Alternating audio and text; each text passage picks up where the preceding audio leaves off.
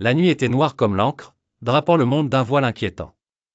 Sous cette obscurité, l'asile abandonné se dressait, ses murs rongés par le temps, ses fenêtres vides évoquant des orbites creuses. La brume s'élevait du sol, apportant une odeur de terre humide, tandis que le vent chuchotait des secrets oubliés entre les arbres dénudés. Thomas, un jeune historien passionné par les mystères du passé, s'était aventuré dans ce lieu désolé par curiosité. Il avait entendu parler des légendes entourant l'asile, des murmures de patients disparus sans laisser de traces, des expériences médicales qui avaient rendu cet endroit maudit. Armé seulement de sa lampe torche, il se faufilait discrètement dans les couloirs poussiéreux.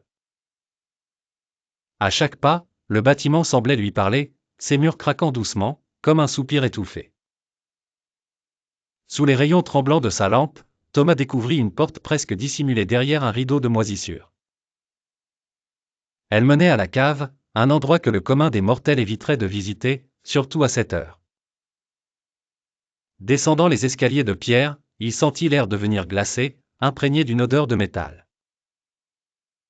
L'obscurité était dense, mais déterminé à percer le mystère, Thomas poursuivit sa descente jusqu'à ce qu'il atteigne une vaste salle jonchée de documents épars.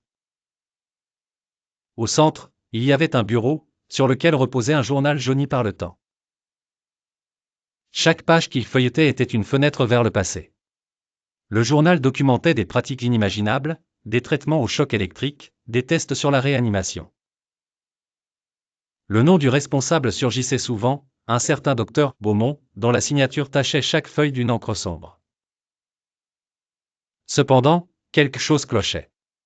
Thomas ressentait une présence autour de lui, une sensation de froid s'intensifiant, d'ombre se resserrant. Pris de panique, il retourna vers les escaliers, mais ceux-ci semblaient s'étirer à l'infini, le piégeant dans une boucle insupportable. Le temps lui-même semblait se courber, le ramenant sans cesse à la salle du journal.